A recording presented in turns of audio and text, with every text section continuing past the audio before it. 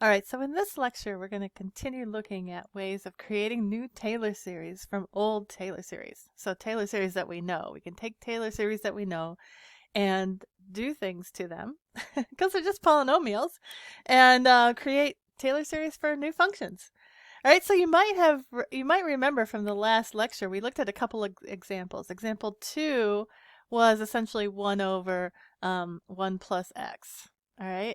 And then we also looked at the natural log of 1 plus x. And you may have noticed when we went through those that when we created the Taylor series for the natural log, the first derivative was essentially this, and then all of the derivatives afterwards, we could just go back to our Taylor series for 1 over 1 plus x and find all of those derivatives. So that's the idea behind this first method for finding new Taylor series is to look at differentiation, and we can also look at integration. So in this first example, we're asked to find the Taylor series about x equals 0 for 1 over 1 minus x squared. All right, from that series for 1 over 1 minus x. So on your sheet, let's see, I was going to bring that up. That we have the series for 1 over 1 minus x, right? And if you notice, so you want to notice here that if I take the derivative of that 1 over 1 minus x, so dx of 1 over 1 minus x, right? It's just going to be 1 over 1 minus x squared, okay? So if we take the derivative of 1 over 1 minus x squared, and rather than taking the derivative of that, let's take the derivative of the Taylor polynomial.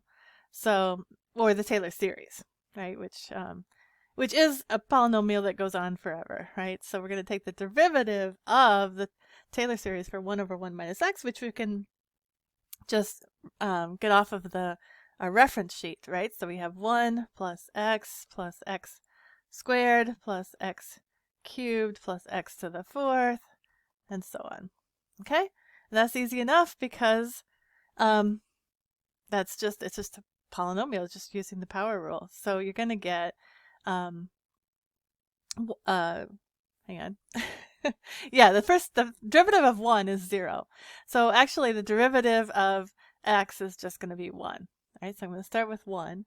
And then the derivative of x squared is 2x. Derivative of x cubed is 3x squared, and so on, right? So 4x cubed and all that, right? And because the derivative of 1 over 1 minus x is 1 over 1 minus x squared, then that's our Taylor series for 1 over 1 minus x squared. So, now because the interval of convergence is between -1 and 1 for the 1 over 1 minus x squared, then our interval of convergence is -1, from -1 to 1. X has to be between 1 and -1. All right, so take a look at example 2. I want you to try that one on your own. Now, in example 2, both sine and cosine are given on the sheet, but what I want you to do is take the derivative of sine, the Taylor series for sine, and just show that you do get the Taylor series that is also on your sheet. You'll get the same thing as what's on your sheet. So go ahead and give that one a try, and I'll meet you for the next video.